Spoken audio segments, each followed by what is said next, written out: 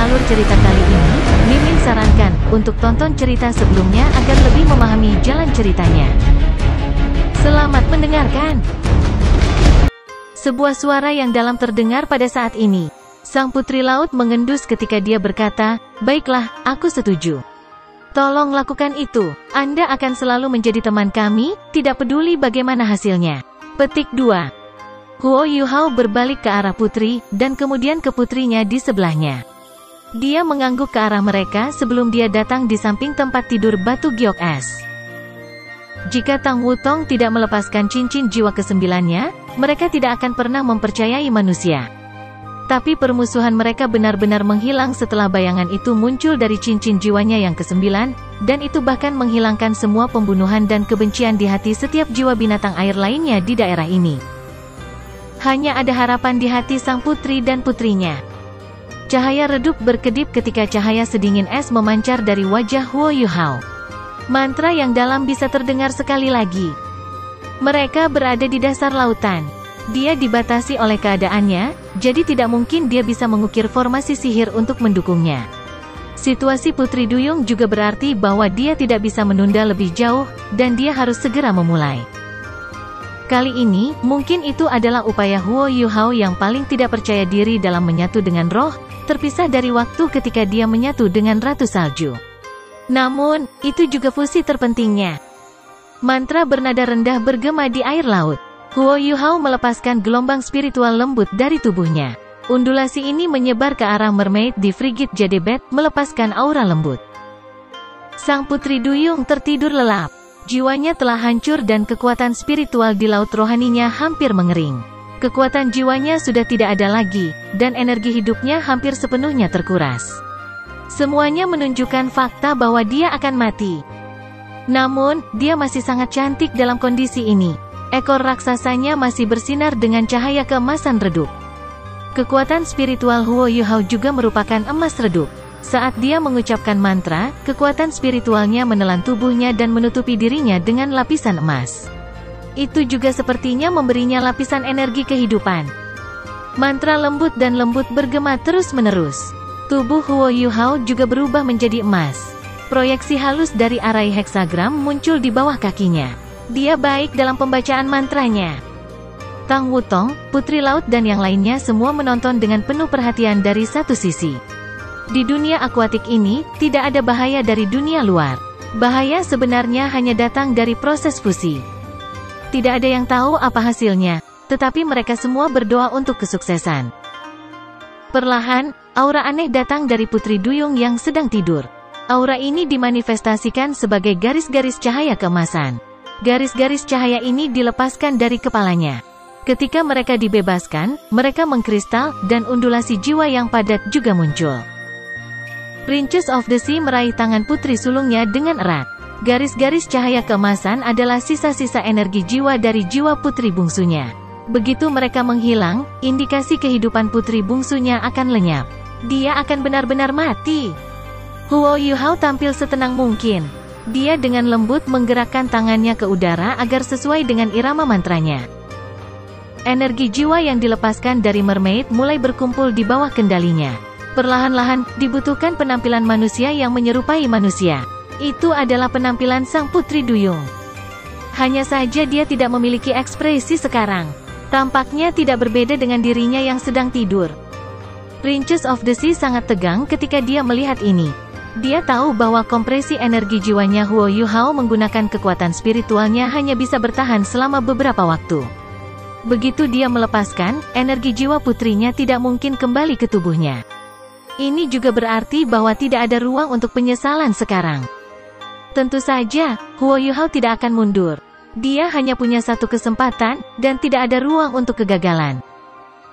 Suara Huo Yuhao menjadi lebih bernada tinggi saat dia membaca mantra.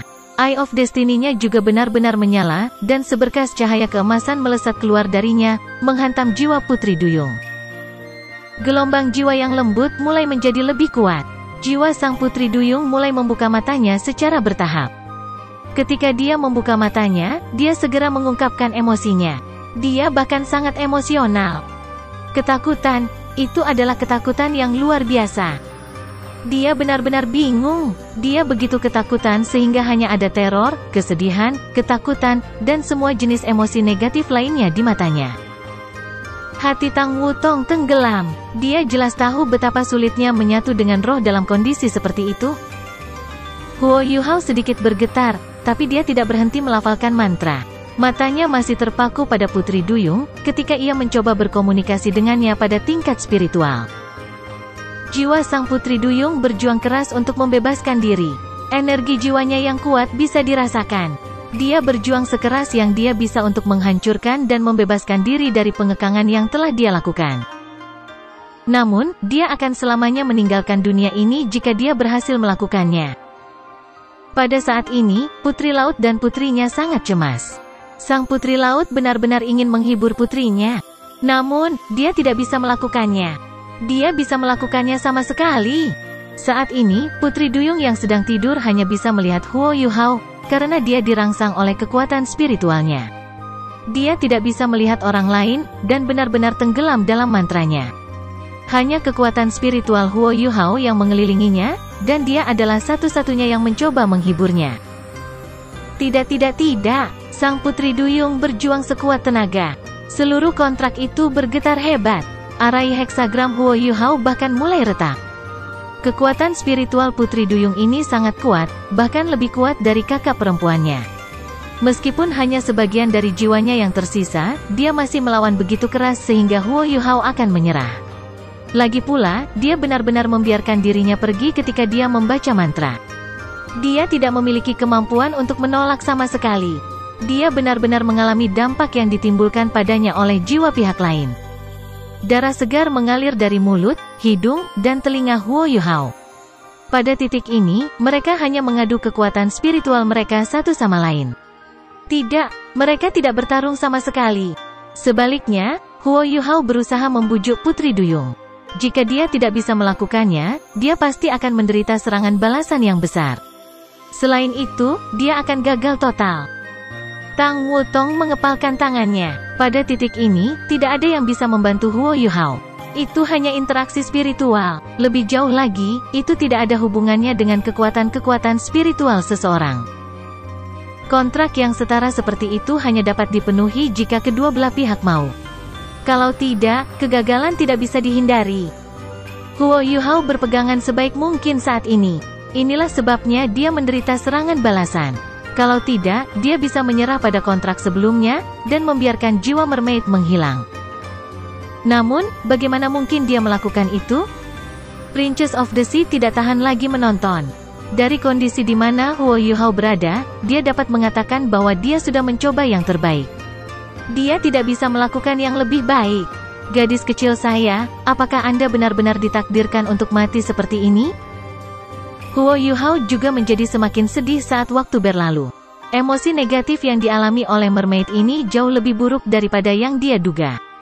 Dia tidak bisa merasakan emosi positif yang datang darinya sama sekali. Emosi negatifnya mengamuk. Ketika dia merasa bahwa dia adalah manusia, dia segera menolak dengan sekuat tenaga. Di bawah keadaan ini, bertahan bahkan untuk sementara waktu lebih lama mengambil korban besar baginya, apalagi menyelesaikan kontrak yang sama. Apa yang harus saya lakukan? Apa yang harus saya lakukan? Huo Yuhao mencoba memikirkan berbagai solusi, tetapi ini adalah pertama kalinya dia mengalami situasi seperti itu. Solusi tepat apa yang bisa dia pikirkan? Dia hanya bisa mencoba yang terbaik untuk bertahan sedikit lebih lama, dan berharap bahwa mermaid ini akan mengalami perubahan dalam emosinya. Itu akan memberinya kesempatan untuk menjelaskan dirinya sendiri. Namun, segalanya tidak berjalan seperti yang diinginkannya. Bukan saja emosinya tidak menunjukkan tanda-tanda perubahan, tetapi mereka bahkan menjadi lebih heboh. Lautan spiritual Huo Yuhao mulai menunjukkan sedikit retakan saat berbenturan dengan kekuatan rohaninya. Saya tidak bisa bertahan. Saya pikir saya benar-benar tidak bisa bertahan lagi. Huo Yuhao tertawa getir pada dirinya sendiri. Dia tidak bisa menggunakan hidupnya untuk bertukar lebih banyak waktu. Masih ada 5 roh lain di laut rohaninya. Begitu ada kerusakan kritis pada laut spiritualnya, 5 rohnya yang lain juga akan terluka parah. Dia menghela nafas pada dirinya sendiri. Meskipun dia sangat tidak mau, dia juga mengakui bahwa tidak ada cara lain. dia hanya bisa memilih untuk menyerah. Kontrak berada pada puncaknya sekarang. Jiwa kedua belah pihak mulai berinteraksi. Meskipun Putri Duyung sangat mengucilkan Huo Yuhao, jiwa mereka masih memiliki kesempatan untuk berinteraksi di bawah kontrak yang setara. Ini akan menjadi satu-satunya percobaannya. Jika Putri Duyung ini tidak menunjukkan tanda-tanda membaik setelah mereka berinteraksi, Huo Yuhao harus mengakhiri perpaduan ini. Kalau tidak, ia mungkin menderita cedera yang tidak dapat diperbaiki. Begitu jiwa mereka berinteraksi, semuanya terjadi sesuai dengan harapan Huo Yuhao.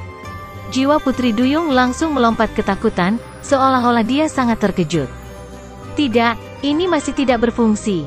Apakah saya benar-benar harus menyerah? Sama seperti Huo Yuhao merasa putus asa, jiwa Putri Duyung benar-benar tenang sejenak. Setelah ini, dia tampak agak linglung, dan hanya menatap Huo Yuhao. Apa? Dia tidak lagi menyerangku? Dia tidak lagi mencoba melepaskan diri dariku? Huo Yuhao juga sedikit bingung. Dia telah berusaha sangat keras sebelumnya, tetapi tidak mencapai apapun. Mengapa hal-hal di ambang perubahan sekarang bahwa dia akan menyerah? Pada saat ini, lapisan cahaya putih muncul di dalam jiwa Huo Yuhao. Lapisan cahaya putih ini tidak berada di bawah kendali Huo Yuhao. Kemudian, itu terpisah dari jiwanya dan melayang di udara. Setelah ini, lapisan cahaya putih mengembang hingga berubah menjadi gambar. Itu tampak sama dengan Putri Duyung itu. Huo Yuhao heran ketika melihat ini. Putri Laut dan anak perempuannya yang lain juga heran. Ini jelas asal jiwanya, meskipun hanya sedikit saja yang tersisa, itu sepertinya mengandung sesuatu di dalamnya. Saat cahaya putih menyala, itu mendarat di tubuh mermaid. Tiba-tiba, dia tenang. Cara dia memandang Huo Yuhao juga berubah. Pandangannya berubah jauh lebih lembut. Ketika dia melihat Huo Yuhao, dia sepertinya mendesah pelan. Jiwanya juga mulai mengalami perubahan. Awalnya, itu hanya memiliki wajah. Namun, segera tumbuh lebih besar, dan tubuh mulai muncul. Itu mengadopsi tampilan Putri Duyung saat melayang di udara. Ini adalah berkat rakyat Merfolk, sang Putri Laut berseru. Tang Wutong bingung saat melihat Putri Lautan. Dia bertanya, Elder, apa berkat rakyat Merfolk? Putri Laut berkata, kami Putri Duyung dikenal karena kekuatan spiritual kami. Kita masing-masing memiliki kesempatan untuk menawarkan berkat sekali dalam hidup kita. Orang yang diberkati oleh kita akan beruntung, dan dia akan selamanya dianggap sebagai teman bagi Merfolk. Jika seseorang dari spesies kita, itu adalah pertunjukan cinta. Orang ini sebenarnya telah menerima berkat Putri Duyung.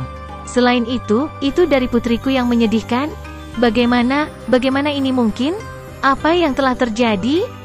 Tang Wutong tiba-tiba teringat apa yang terjadi selama pertarungan itu. Dia heran ketika berkata, saya pikir saya tahu apa yang terjadi. Sebelum kami datang ke sini, kami bekerja sama untuk membunuh Tuan Roh Jahat yang menyakiti putri Anda. Di antara roh pembalasan miliknya, seseorang memiliki penampilan Putri Duyung. Yu Hao menggunakan kekuatan pemurniannya untuk membersihkannya. Sebelum roh pembalasan Putri Duyung itu menghilang, ia melepaskan titik cahaya putih yang mendarat di tubuh Yu Hao. Apakah itu kemungkinan berkat Putri Duyung yang sedang Anda bicarakan? Petik 2. Putri Laut menangis sekali lagi. Kali ini, air matanya bukan emas. Mereka muncul sebagai mutiara putih jernih. Itu adalah air mata kebahagiaan dan rasa bersalah. Dia merasa bersalah karena dia telah menargetkan Huo Yuhao dan Tang Wutong di masa lalu, dan bahagia karena putrinya mampu bertahan. Putri Duyung itu sepertinya mengenali Huo Yuhao setelah perpaduan itu diberikan berkat Putri Duyung. Dia tidak lagi tampak takut lagi. Hanya ada pandangan kekeluargaan dan rasa terima kasih di matanya. Mantra dan kontrak berlanjut. Tanpa perlawanan, semuanya berhasil. Cahaya keemasan mengalir mengelilingi Huo Yuhao dan Putri Duyung. Lautan spiritual Huo Yuhao mengandung 5 roh kuat sampai sekarang. Bahkan, itu sudah di bottleneck-nya sebelumnya. Namun, itu lebih diperkaya oleh mutiara emas. Selanjutnya, dengan mutiara emas Putri Laut, laut spiritualnya sangat cocok dengan Putri Duyung ini. Saat kekuatan spiritual mereka berinteraksi, Huo Yuhao tidak merasa seolah-olah kekuatan spiritualnya telah mencapai hambatan. Sebaliknya, retakan yang terbentuk di laut spiritualnya sebelumnya dengan cepat sembuh, dan laut spiritualnya bahkan berkembang dengan cepat. Ini benar-benar kejutan yang menyenangkan. Apakah ini efek dari roh tipe spiritual? Sebelum ini, Huo Yuhao tidak memiliki roh tipe spiritual murni. Putri Duyung ini adalah yang pertama. Selama proses fusi, Putri Duyung juga bisa merasakan ingatan yang dilepaskan Huo Yuhao. Ekspresinya berubah lebih lembut dan lebih lembut. Tubuh bagian bawahnya secara bertahap berubah menjadi emas murni setelah dia kehilangan jiwanya. Setelah ini, tubuhnya mulai berubah menjadi cahaya sebelum berubah menjadi bintik-bintik cahaya keemasan yang melayang. Putri Duyung tidak menyerap bintik-bintik cahaya keemasan ini. Ketika Huo Yuhao akhirnya selesai membaca mantranya, tubuhnya sudah berubah sepenuhnya keemasan. Dia menggerakkan ekornya sedikit sebelum mendarat di bahunya. Gelembung yang awalnya ada di sekitar Huo Yuhao dihancurkan. Namun, Huo Yuhao sama sekali tidak merasa tercekik.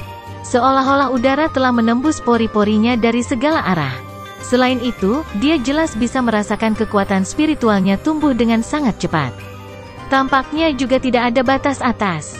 Inti jiwa rohaninya meluas. Emas redup dari mutiara emas sebelumnya berubah menjadi emas terang sekarang. Seluruh laut spiritualnya tumbuh lebih dari sepertiga. Di laut spiritualnya, air laut tidak lagi kental, tetapi benar-benar padat. Warna air lautnya juga jauh lebih dalam. Kekuatan spiritualnya yang luar biasa menyebar, dan bahkan meninggalkan permukaan laut. Dia bisa merasakan segala sesuatu di sekitar laut dan seluruh istana bawah laut sekarang. Putri Duyung akhirnya melihat ibu dan kakak perempuannya. Ada pandangan sedih di matanya, tetapi ada juga pandangan senang sekarang karena dia mendapatkan kehidupan baru. Saat ini, dia belum stabil sebagai roh. Ini sebabnya dia masih tidak bisa bicara.